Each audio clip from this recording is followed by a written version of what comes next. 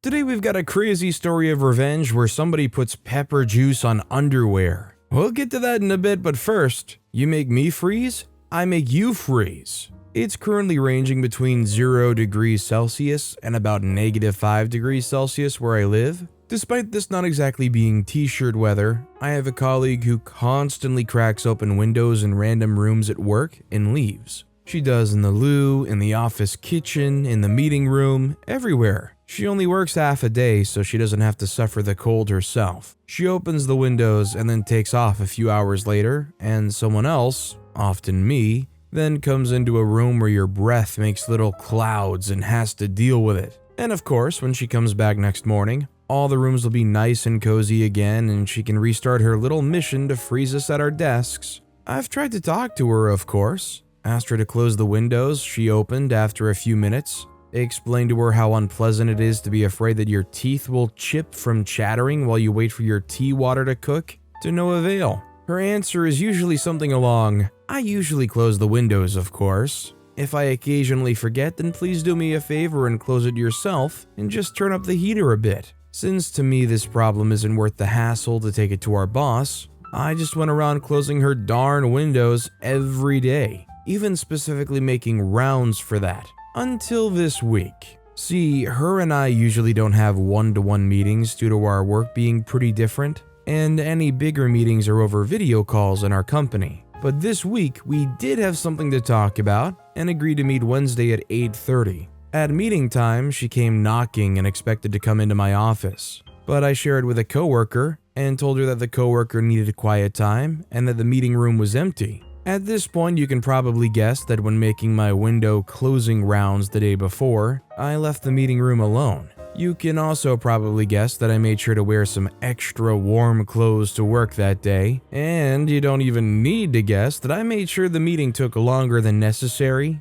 about 15 minutes, and that I was ignoring her signs of growing discomfort while I noticeably dragged my feet. Oh no, not necessary to send me an email, just tell me and I'll write it down now. No, really, writing it down helps me think. Wait, this pen is garbage, I'll get a new one. Didn't they used to have those good black pens just a few months ago? I haven't seen them since. But maybe one of them got forgotten in one of the drawers here. No, that's a disappointment. Well, never mind, I'll just take one of these. Maybe after our meeting I'll ask the front office if they have more. Anyway, please continue. I just don't even understand why she comes and has to open any of the windows when it's 0 degrees Celsius outside. I think honestly it's worth taking it to the boss because who wants to open the windows and have the windows open in that weather? Also, hi, I'm Steven, and if you enjoy awesome stories of revenge, why not hit that subscribe button down below? That said, our next story is Petty Porsche Revenge. In a past life, I used to be a chiropractor. Before a garbage truck hit me, another story, I sub-rented office space from an established doctor, Dr. N. Turns out Dr. N was an obsessive neurotic narcissist who'd like to dominate people, a total control freak.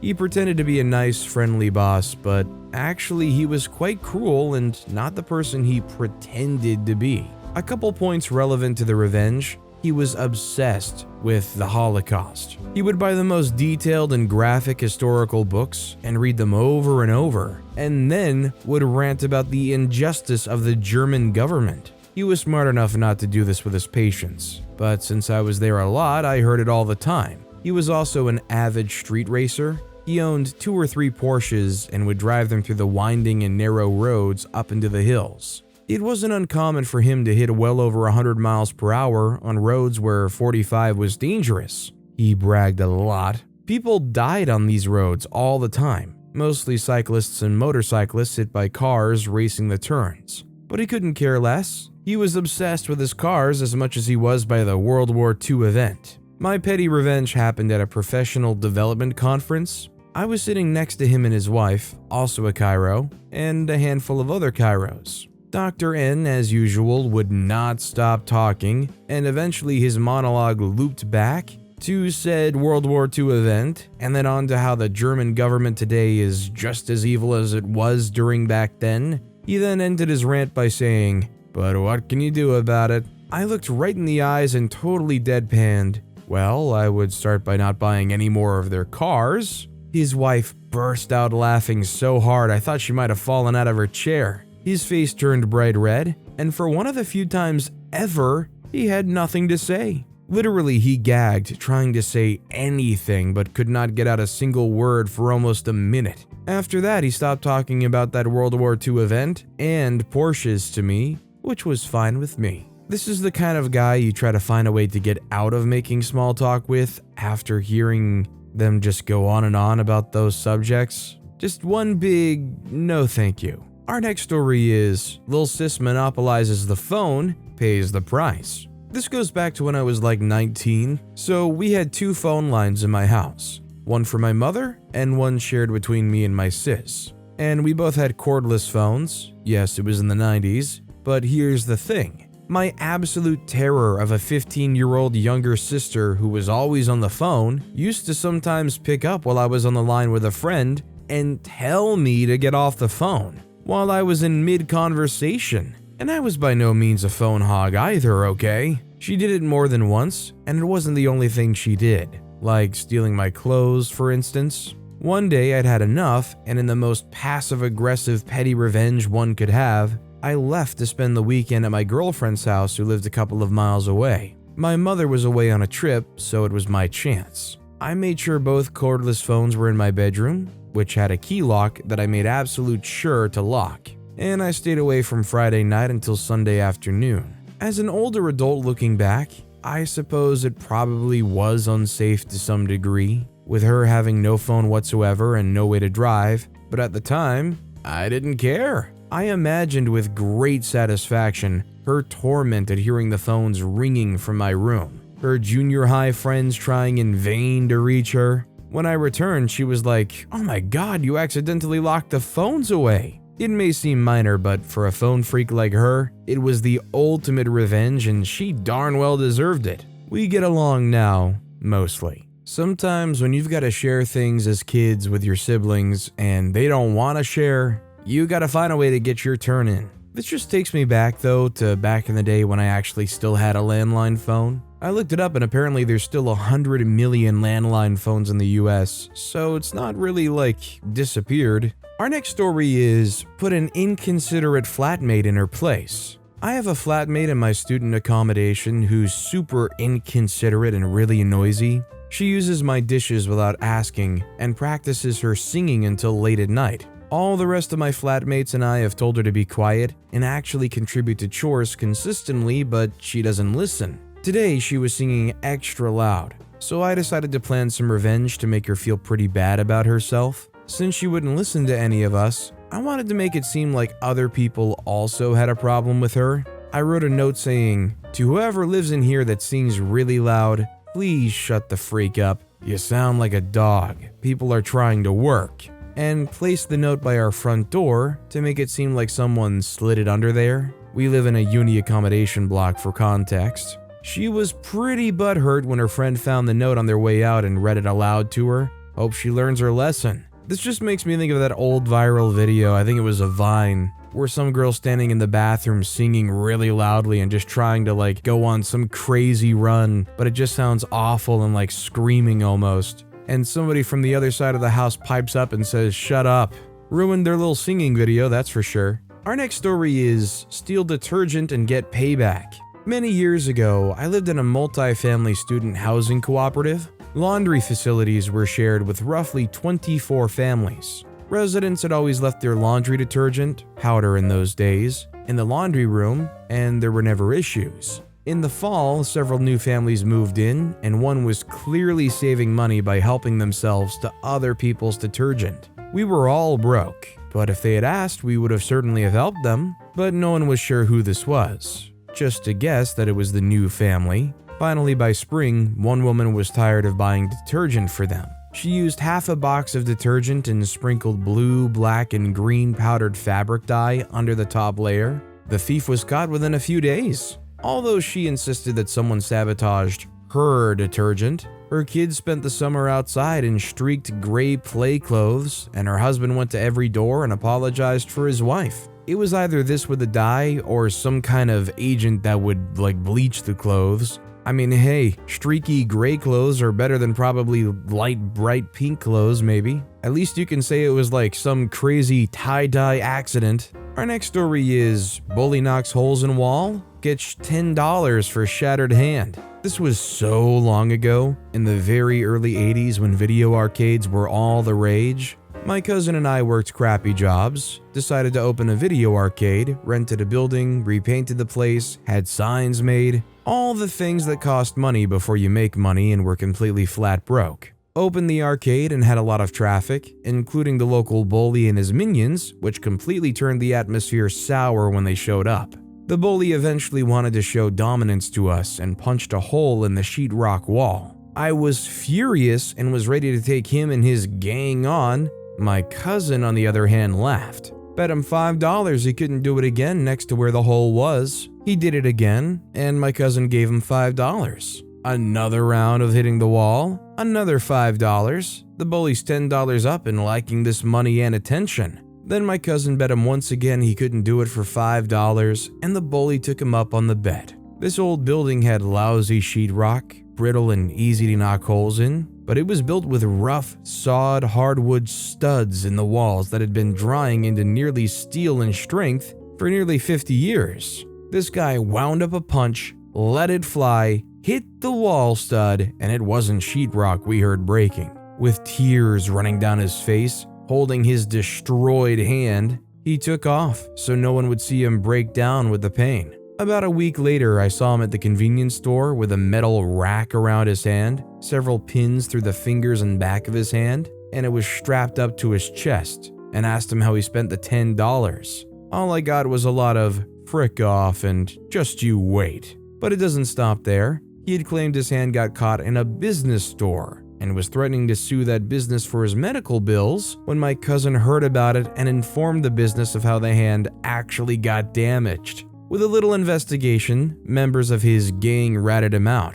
He wound up paying his own medical bills and was threatened with being charged with insurance fraud. Don't know if it actually happened. Later, he threatened to sue us, but the insurance company lawyer explained to him not only wasn't it an accident, but being a deliberate act, he could be sued for damages to the building. He backed down. About 2 years after that, he got his teeth knocked out in a fight, then tried to claim they got knocked out at his job, but someone informed the company what actually happened. He was fired, and they didn't pay for the teeth. Years later, I found out it was my cousin that informed his workplace. What reminded me of this? I just saw him 40 plus years later in life, in my 60s now, complaining about the arthritis in his hand and talking with a lisp from the still missing teeth. Apparently, he doesn't remember I was co-owner of the arcade and was 4 feet away when he totaled his hand. Tried to pass it off as a workplace injury where he got screwed out of disability, but bragging he screwed the hospital out of the bill.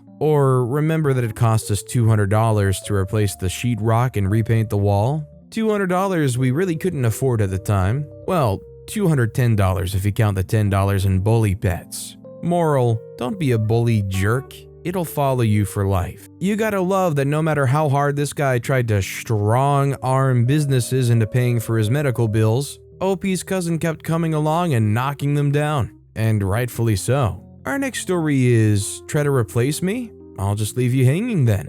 I was just reminded of the story today because I ran into the person, antagonist in the story. Years ago, I worked at a business with many departments. The department I worked in had a lot of recent turnover, and suddenly I became the most experienced person in that area. Being young and female, not a lot of people took me seriously, but I was ready and willing to change their minds and excited to succeed. A few weeks in, I catch word that the company sent someone who I considered a friend, let's call them Shelby, from another department to another location to train for my position. I confront the manager, cry because I'm young and very heartbroken they still aren't taking me seriously, and begin formulating my plan. I found another company in the city that was hiring something similar. I had to do some studying and pass a test first though. During that time, Shelby's come back, knows I know, and is utterly sorry for betraying me, etc. I barely talk to her. She eventually informs me that she's decided to resign,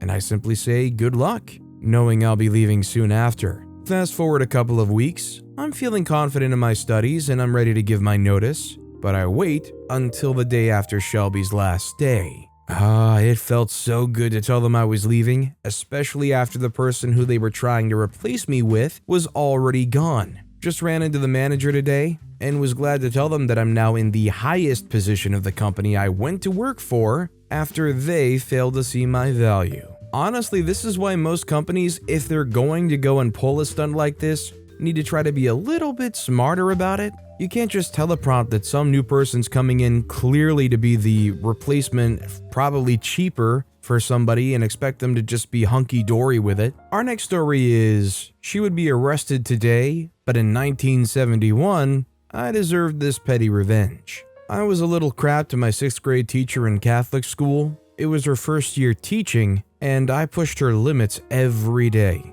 It wasn't my proudest year in school. On the last day of school, I squirted her with a squirt gun. Her eyes turned to violence. She grabbed me by the back of the neck and she hissed, "Come with me." She marched me out of the classroom and down the hall. I was terrified, thinking I was going to be taken to the principal's office, an old nun we all feared and called the Goose. She marched me right up to a drinking fountain, forced my head into it, and turned on the water. She held my head there, soaking my hair thoroughly, and then marched me back to class by the neck, still dripping. When she brought me into the classroom, my fellow students all laughed at me. I deserved it. Definitely would be immediately barred from teaching anywhere, would be probably arrested for assault. It's interesting though to see OP look back at me like, you know what, yeah, I deserve that. I mean, I know kids act out and I know they can be a handful, but do they really deserve getting a swirly in the water fountain by the teacher? This next story is, want the yard so bad?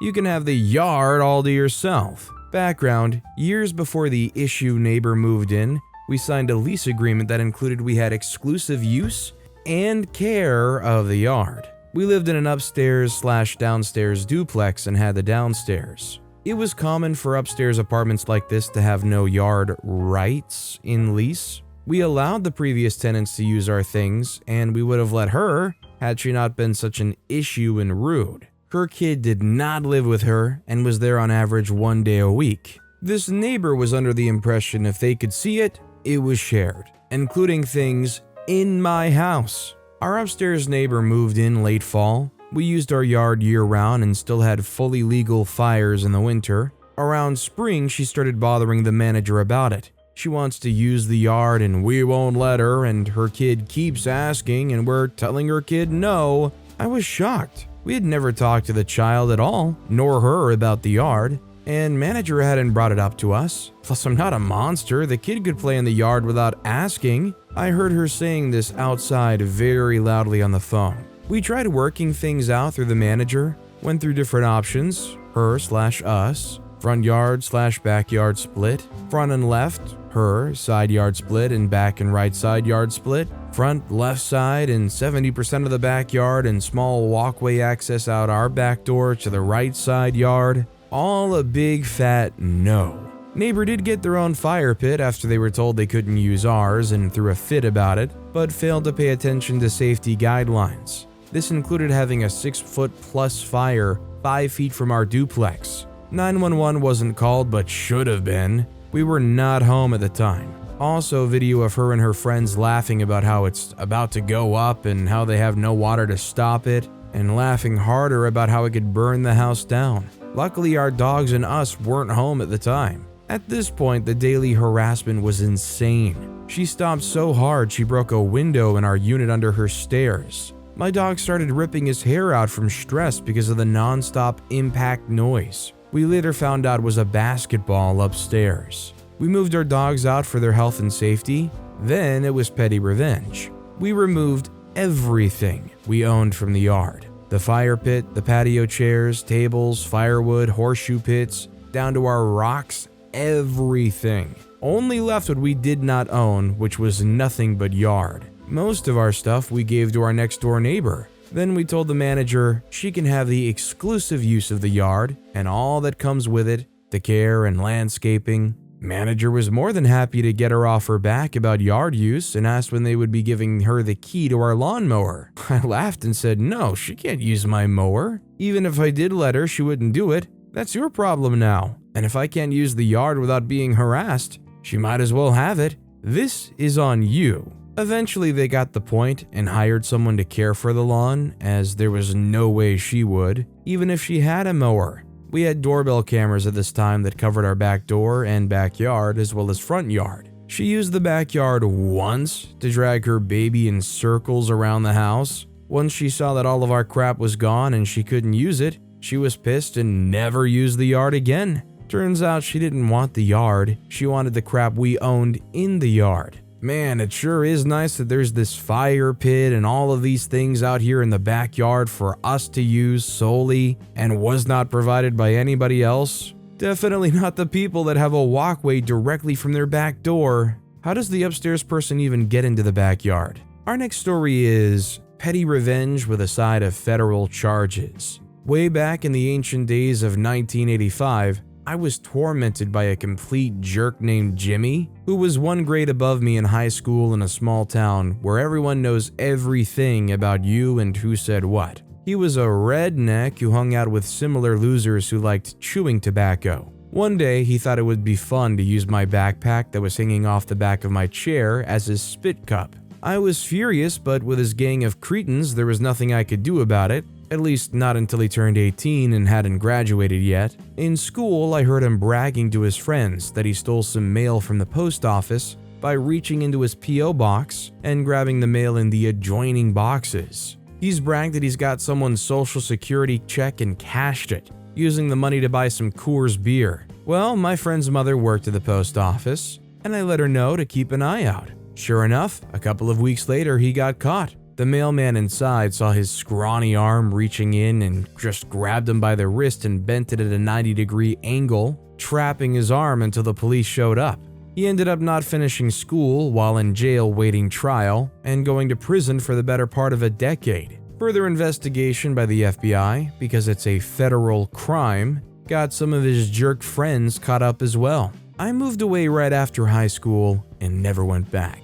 But before I left, I made sure everyone knew I tipped them off. This guy did two hilariously bad things. One, messed with mail, incredibly bad idea, federal crime as they learned. And two, cashing checks. You would be struggling to find a more trackable financial crime than using checks. Our next story is pulling the sound plug on a computer hog. 10 years ago, I worked in a community center where people would come to play pool, play board games, and drink tea. There was a computer available for clients to use, as many still didn't have smartphones or home Wi-Fi. The clients were always considerate of others until one guy joined and ruined it for everyone else. He would rock up, plug in his headphones, and hog the computer all day, watching Beyonce videos, playing pocket billiards, and laughing like Beavis and Butthead all day long. The manager was a coward who wouldn't let us do anything,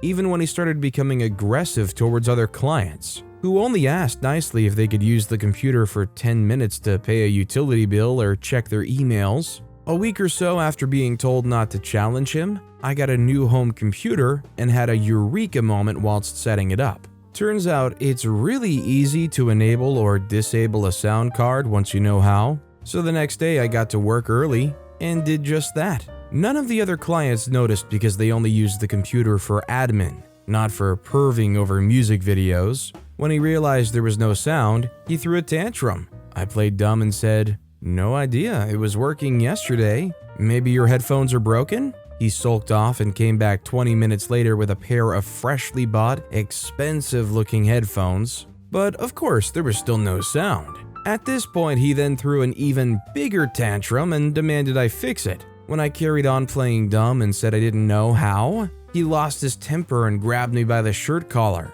That was too far even for my manager, who finally grew a backbone and banned him from the center. I enabled the sound card again the next day, and everyone was able to enjoy their tea and board games in peace again. Yeah, I can totally understand why OP did this when there's people that really do need to use it, and this guy's just using it for leisure and maybe a little bit more than that, unfortunately. This next story is, my teacher enjoyed picking on the small kid. This whole event took place my sophomore year in high school. I hadn't quite physically matured yet and stood at all of 5'4". I generally caught a lot of crap from kids because I was the easy target. I was a star soccer and baseball player who was respected for that, but still got to hear the constant jokes from anyone who felt the need to make themselves feel better. I had an AutoCAD/drafting teacher who always loved to make jokes about my height and girls. I was somewhat timid and shy due to self-esteem issues, so I never really spoke up for myself and responded to his remarks. It's almost as if he would make a point to say things in front of the class to make them laugh. Eventually, my friends and peers realized I hated it, so even they stopped entertaining him. One day, I finally decided to speak to him after class, asking him to stop because I was embarrassed and couldn't concentrate in the environment. His response was, "Jesus Christ, stop being such a wussy and get out of my room."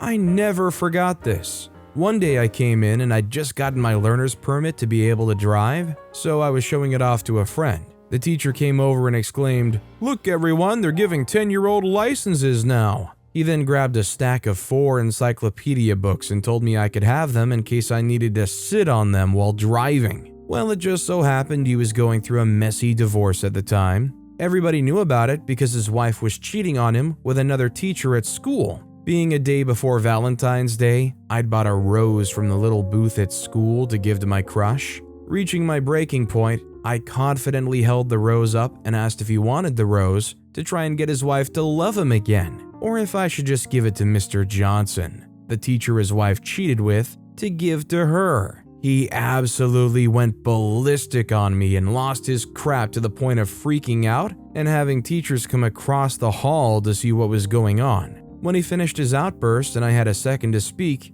I calmly responded with all due respect, I think you should take your own advice and stop being a wussy." In that moment, I thought he was going to physically assault me and I was ready for whatever was going to happen. He left for the day shortly after. Being this took place on a Friday, I showed up Monday expecting discipline or the class to be awkward, but instead the guy's father had filled his spot as a teacher and stated that his son was checked into a mental health facility. I initially felt bad, but then I thought about all the crap he gave me, and I never felt remorse after that or since. He had the option to stop and decided to push it further, so I did what I needed to do to end it. This was a turning point in my life because I learned to speak up for myself to accomplish things and not sit on the back burner all the time. I eventually matured into my 5'11", 200-pound frame when I saw him around 5 years later at the store. He didn't recognize me at first, but when he did, he came up to me and apologized and told me he was a jerk and took his frustrations out on me. Being an Army veteran, he said he had thoughts about ending things and ending me like he did his enemy in Iraq, and informed someone, which led him to being involuntarily committed to a VA mental health facility. He eventually thanked me because he said he finally received the help he needed. Obviously, this was never my intention, but I got my revenge and he got help. Win-win scenario. Whenever you can say that you did an action that upset your teacher so much they went to a mental health facility, your teacher revenge story is definitely up there near the top.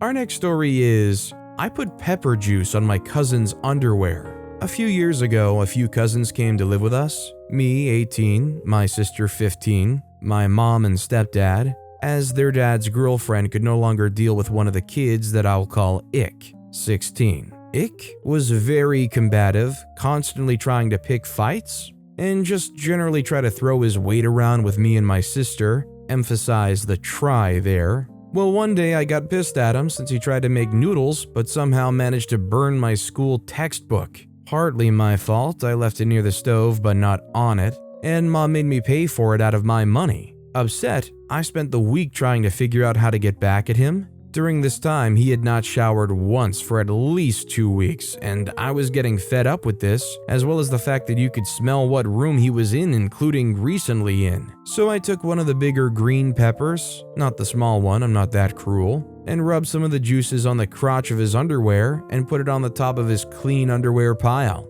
It was over a week before I woke up to him screaming that his privates hurt. At this time, I completely forgot about what I did, so I just ignored him till his crying started to annoy me, and I got up to see what was going on. My mom was trying to figure out why his privates were hurting and assumed it was a UTI. I did as well, considering how he never showered, and suggested he go shower, to which he told me something along the lines of go pound sand. Shrugging it off, I just started to eat my cereal as my mom reluctantly began to get ready to take him to the doctor. It wasn't until after they were gone and I was in class did I recall what I had done and began to feel kinda bad, especially when I got back home and he was just sobbing in a ball. I tried to get him to go shower and change clothes, but he screamed at me to leave him alone, so I did. So let me get this straight. This guy's privates were hurting. They didn't shower for weeks. It took them a week to even put the new clean pair of underwear on. And after all that, they went to the doctor without ever having showered? Like, how shameless is this person? Like, at least they would think like, the doctor's probably going to inspect that area. Wouldn't they want to shower and not be like reeking and disgusting? I mean, geez. But with that being said, that's all the time we have for today. Now, if you want to hear another absolutely crazy revenge story, check out that video on the left. Or if you missed my latest video, check out that video on the right. That said, I'll see you all next time with some more stories.